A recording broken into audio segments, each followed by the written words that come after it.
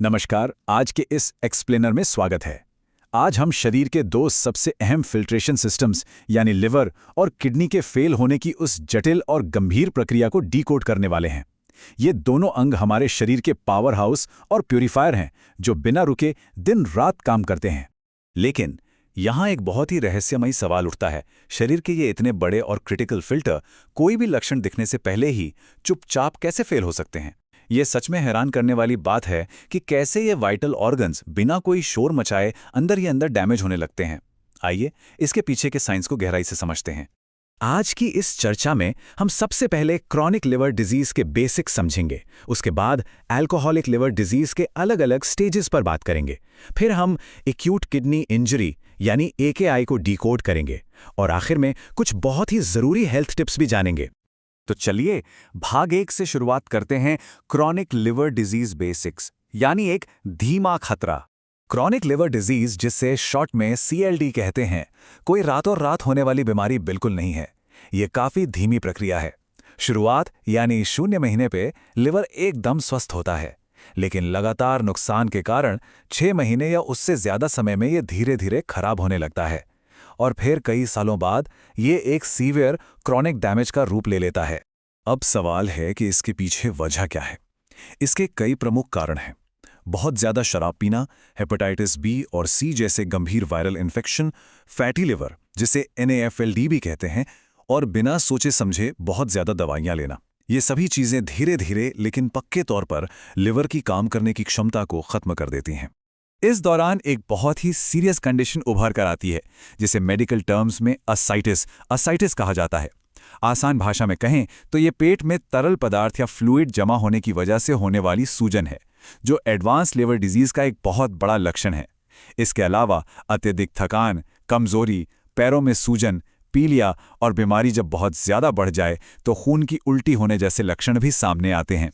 इसके डायग्नोसिस के लिए डॉक्टर्स आमतौर पर LFT यानी liver function test, ultrasound, CT scan, MRI और कुछ मामलों में बायोप्सी का सहारा लेते हैं।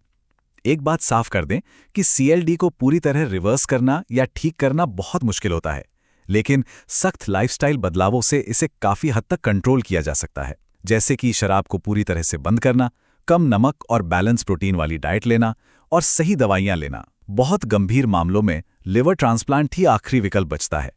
अब बढ़ते हैं दूसरे भाग की तरफ, अल्कोहलिक लिवर डिजीज के चरण, जो एक प्रेडिक्टेबल प्रोग्रेशन है। अल्कोहलिक लिवर डिजीज का डैमेज बहुत ही प्रेडिक्टेबल तरीके से आगे बढ़ता है। इसे समझने के लिए हम रूल ऑफ 3 का इस्तेमाल कर सकते हैं। इसके 3 मुख्य स्टेप्स हैं। पहला, फैटी लिवर या स्टियाटोसिस। दूसरा, अल्कोहलिक हेपेटाइटिस और तीसरा, सिरोसिस। पहला स्टेज है स्टेटोसिस यानी फैटी लिवर। ये डैमेज की एकदम शुरुआती अवस्था है। इसमें अक्सर बहुत कम लक्षण दिखते हैं या फिर कोई लक्षण नहीं होता।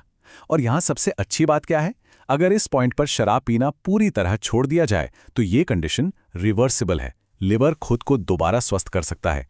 लेकिन अगर इस वार्निंग को इग्नोर किया गया तो स्थिति दूसरे स्टेज यानी अल्कोहलिक हेपेटाइटिस में पहुंच जाती है। इस स्टेज में लिवर में सूजन, बुखार और पीलिया जैसे लक्षण आते हैं जो जानलेवा भी साबित हो सकते हैं। इसके बाद आता है आखिरी स्टेज, सिरोसिस। सिरोसिस का सीधा मतलब है लिवर का परमानेंट डैमेज होना। इस नुकसान की भरपाई नहीं की जा सकती और यहां जान बचाने के लिए सिर्फ ट्रांसप्लांट की ही जरूरत पड़ती है। इस पूरी बात को अगर एक वाक्य में समेटें तो अगर रोज शराब पी जाए तो लिवर धीरे धीरे खराब हो सकता है।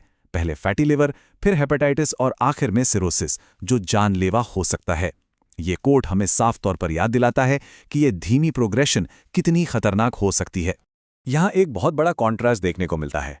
जहाँ एक तरफ क्रॉनिक लिवर डिजीज महीनों या सालों में बहुत धीरे धीरे विकसित होती है, वहीं दूसरी तरफ एक्यूट किडनी इंजरी यानी AKI अचानक बस कुछ ही घंटों या दिनों में हो जाती है। ये एक धीमे खतरे से बिल्कुल अलग एक सडन मेडिकल इमरजेंसी है। तो आइए तीसरे भाग पर आते हैं, एक्यूट किडनी इंजरी यानी एक अचानक आने वाला खतरा। एनाटॉमी के हिसाब से AKI के कारणों को हम 3 मेन कैटेगरीज में बांट सकते हैं। पहला है प्री रीनल, जहां किडनी तक खून का फ्लो ही कम हो जाता है। दूसरा है इंट्रा रीनल, जिसका मतलब है किडनी के अंदरूनी हिस्से में ही कोई डैमेज होना। और तीसरा है पोस्ट रीनल, जहां यूरिनरी ट्रैक्ट यानी पेशाब के रास्ते में ही कोई ब्लॉकेज आ जाए। अगर इनके स्पेसिफिक कारणों को देखें तो प्री रीनल अक्सर बहुत ज़्यादा डिहाइड्रेशन या लो ब्लड प्रेशर की वजह से होता है। इंट्रारीनल्स के पीछे इन्फेक्शन, टॉक्सिन्स या फिर बिना प्रिस्क्रिप्शन के अंधाधुंध ली गई पेन किलर्स जैसी दवाइयाँ होती हैं। और बात करें पोस्ट रीनल की तो ये किडनी स्टोन, ट्यूमर या प्रोस्टेट की समस्याओं के कारण पेशाब का रास्ता रुकने से होता है।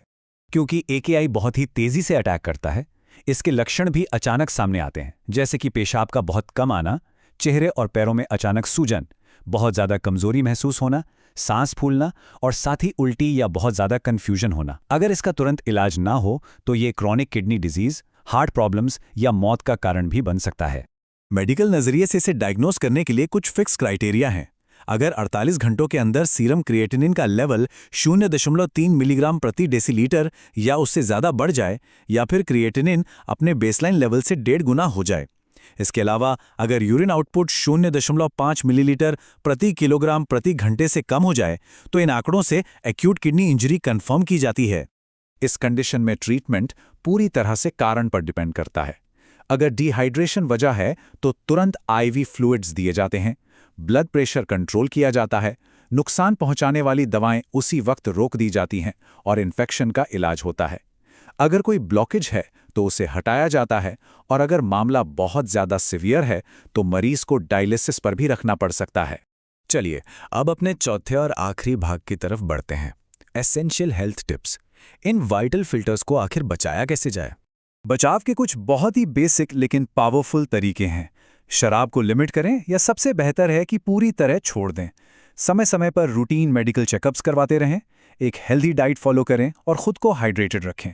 ब्लड प्रेशर और ब्लड शुगर को कंट्रोल में रखना बहुत ज़रूरी है, और सबसे खास बात, बिना डॉक्टर की सलाह के कोई भी पेन किलर ना लें।